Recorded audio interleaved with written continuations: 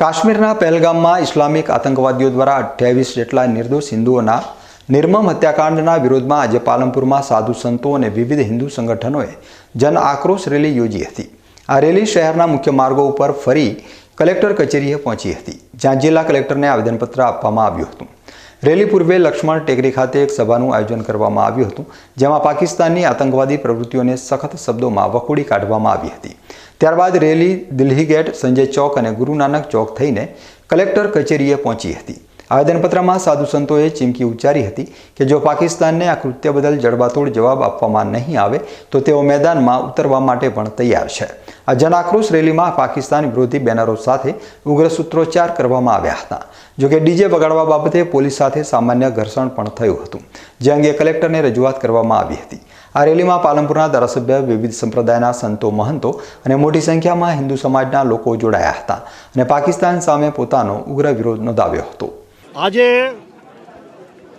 પાલનપુરનો આ ભભૂકતો અગ્નિજ્વાળા 22 એપ્રિલે કાશ્મીરના પહેલગામમાં નિર્દોષ હિન્દુઓની જે હત્યા થઈ એના પ્રતિકાર અને પડકાર રૂપ આજે પાલનપુર લક્ષ્મણ ટેકરી હોલ ખાતે એક વિશાળ સભાનું આયોજન થયું અને ત્યાં સૌએ પાકિસ્તાનની સામે ભયંકર આક્રોશ વ્યક્ત કર્યો।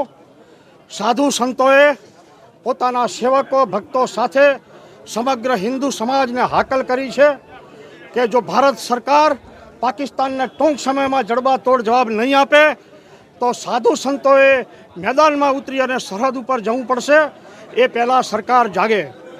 બીજી વાત એ છે કે અહીંયા ભારતમાં રહીને જેને ભારતને માતા સ્વીકારવી નથી, જેને ગાયને માતા સ્વીકારવી નથી, જેને તુલસીને માતા સ્વીકારવી નથી, એટલું જ નહીં પણ આવા નિર્દોષ લોકોની હત્યા પછી પણ એવા લોકો કે જે આતંકવાદની સાથે છે, એ પણ એક આતંકવાદનો બીજો ભાગ છે, એવા લોકોની દુકાનોના નામ પૂછી, એ માલિકોના નામ પૂછી અને જ માલ ખરીદવો જોઈએ, આર્થિક બહિષ્કાર કરવો જોઈએ।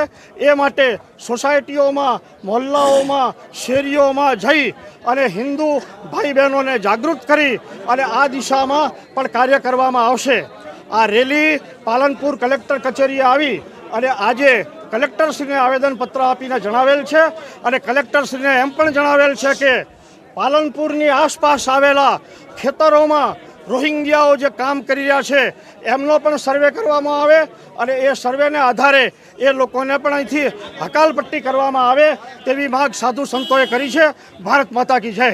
આ ઘટનાના પગલે પાલનપુર અને આસપાસના હિન્દુ સમુદાયમાં ભારે રોષ જોવા મળી રહ્યો છે। લોકો આતંકવાદને સમર્થન આપતા તત્વો સામે કડક કાર્યવાહી કરવાની માંગ કરી રહ્યા છે।